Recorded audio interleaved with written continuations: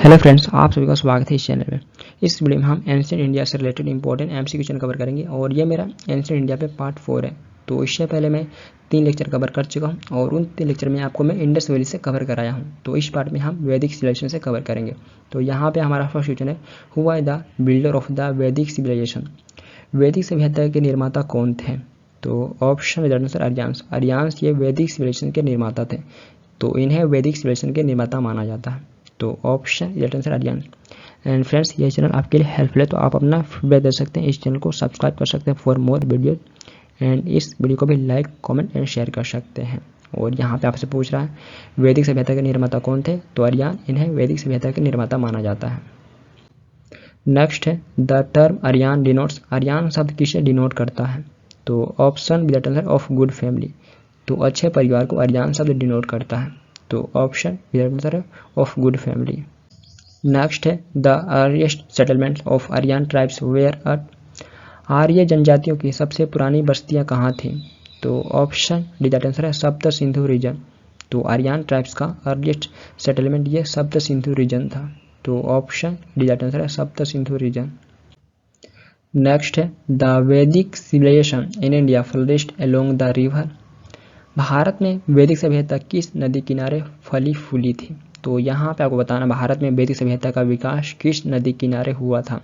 तो option B that answer Saraswati.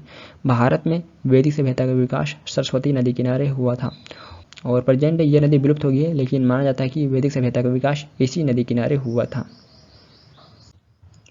Next, which of the following was the occupation of the वैदिक people? निम्नलिखित में से कौन सा वैदिक लोगों का मुख्य व्यवसाय था? तो ऑप्शन बी आंसर है कैटल ब्रीडिंग। वैदिक पीपल का मुख्य व्यवसाय कैटल ब्रीडिंग यानी पशुपालन था। तो ऑप्शन बी आंसर है कैटल ब्रीडिंग। नेक्स्ट है, द वर्ड वेदा मीन्स। वेद शब्द का क्या अर्थ है? तो ऑप्शन डी आंसर है नॉलेज। तो वेद शब्द का अर्थ नॉलेज है। तो ऑप्शन डी आंसर है नॉलेज। नेक्स्ट है, the staple food of the वैदिक आर्यन वाज। वैदिक आर्यों का मुख्य भोजन क्या था? तो option D that answer milk and it's product. तो वैदिक आर्यन का मुख्य भोजन मिल्क एंड इट्स प्रोडक्ट था। तो ऑप्शन डी दैट आंसर है। नेक्स्ट है, choose the correct group of important God's of the Vedic period. तो यहाँ पे वैदिक पीरियड के लोगों के इंपॉर्टेंट गॉड के करेक्ट ग्रुप को चूज करना है। तो ऑप्शन डी दैट आंसर अग्नि, इंद्र एंड सोम। तो अग्नि, इंद्र, सोम ये वैदिक पीरियड के लोगों का इंपॉर्टेंट गॉड थे। तो ऑप्शन आंसर है अग्नि, इंद्र, सोम। नेक्स्ट है, the tax which the king use to collect from the people in the Vedic period was called. वैदिक काल में राजा प्रजा से जो टैक्स वसूल करते थे उसे क्या कहते थे? तो ऑप्शन बी दैट आंसर बलि। तो वैदिक पीरियड में राजा प्रजा से जो टैक्स को वसूल करते थे उसे बलि कहा जाता था। तो ऑप्शन बी दैट आंसर बलि। नेक्स्ट है, the term used to denote a group of families in the Vedic society was. वैदिक सोसाइटी में परिवारों के एक समूह को डिनोट करने के लिए जो शब्द का प्रयोग किया जाता था उसे क्या कहा जाता था? तो ऑप्शन दैट आंसर जना। तो वैदिक सोसाइटी में परिवारों के एक समूह को डिनोट करने के लिए जिस शब्द का प्रयोग किया जाता था उसे जना कहा जाता था।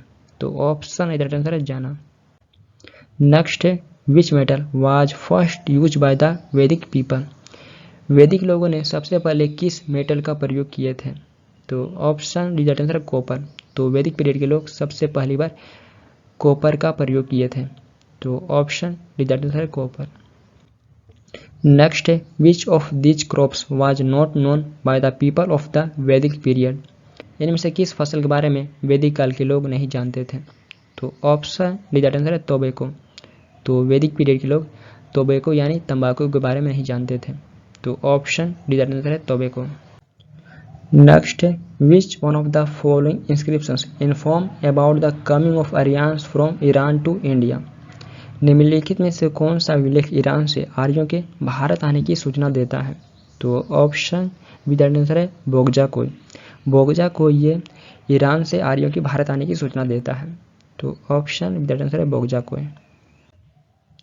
नेक्स्ट है, what was considered the most valuable asset in early Rigvedic period. प्रारंभिक ऋग्वैदिक काल में सबसे मूल्यवान संपत्ति क्या मानी जाती थी? तो ऑप्शन दैट आंसर है काव। तो गाय को अर्ली ऋग्वैदिक पीरियड में सबसे मूल्यवान संपत्ति मानी जाती थी। तो ऑप्शन ए दैट आंसर है काउ। नेक्स्ट है एस term is used for which of the metal in early Rigvedic time. यस शब्द का प्रयोग प्रारंभिक ऋग्वैदिक काल में किस मेटल के लिए किया जाता था। तो option C that answer copper. तो आयस शब्द का प्रयोग प्रारंभिक ऋग्वैदिक काल में कॉपर के लिए या फिर कहीं भी आपको ब्रोंज भी देखने को मिल सकता है। तो कॉपर या ब्रोंज के लिए अर्ली ऋग्वैदिक टाइम में आयस शब्द का प्रयोग किया जाता था, बट यहाँ पे आपको ऑप्शन में कॉपर देखने को मिल रहा है। तो ऑप्शन सी दैट आंसर है। नेक्स्ट है which craftsmanship was not practise by the Aryans. आर्य द्वारा किस शिल्प कौशल का अभ्यास नहीं किया गया था। तो ऑप्शन बी दैट आंसर है ब्लैक स्मिथ।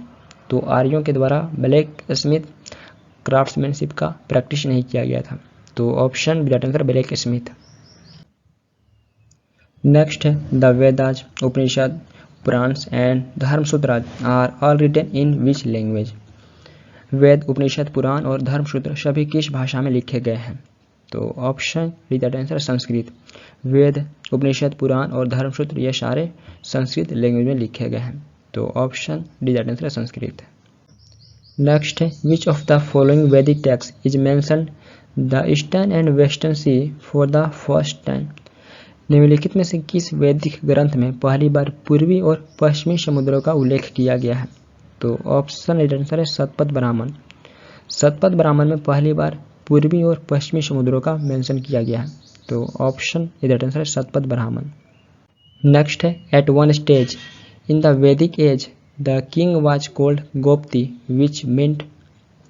वैदिक युग में एक स्टेज में राजा को गोप्ती कहा जाता था जिसका अर्थ था।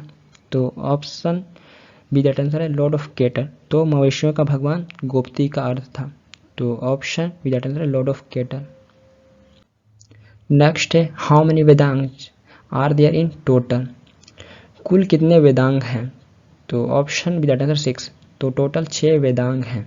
तो वेदांग हिंदू धर्म के 6 सहायक विषय जो प्राचीन काल में विकसित हुए और वेदों के अध्ययन से जुड़े हुए हैं। तो टोटल 6 वेदांग हैं। तो ये 6 वेदांग कौन कौन से हैं। तो शिक्षा, छंदास, व्याकरण, निरुक्त, कल्प और ज्योतिष। तो ये टोटल 6 वेदांग हैं।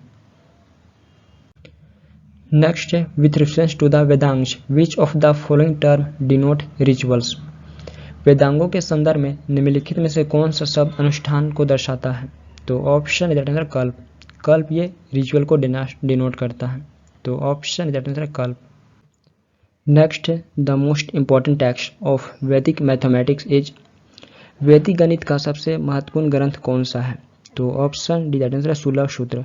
सूलभ सूत्र ये वैदिक मैथमेटिक्स का मोस्ट इंपॉर्टेंट टेक्स्ट है। तो ऑप्शन डी दैट आंसर सूलभ सूत्र। नेक्स्ट है वेयर इज वैदिक रिवर कुंभ सिचुएटेड। वैदिक रिवर कुंभ कहाँ स्थित है। तो option D that answer Afghanistan. तो वैदिक रिवर कुंभ ये अफगानिस्तान में स्थित है। तो option D that answer Afghanistan. Next है द कलेक्शन ऑफ वैदिक हिम्स और मंत्रज आर नोन एज।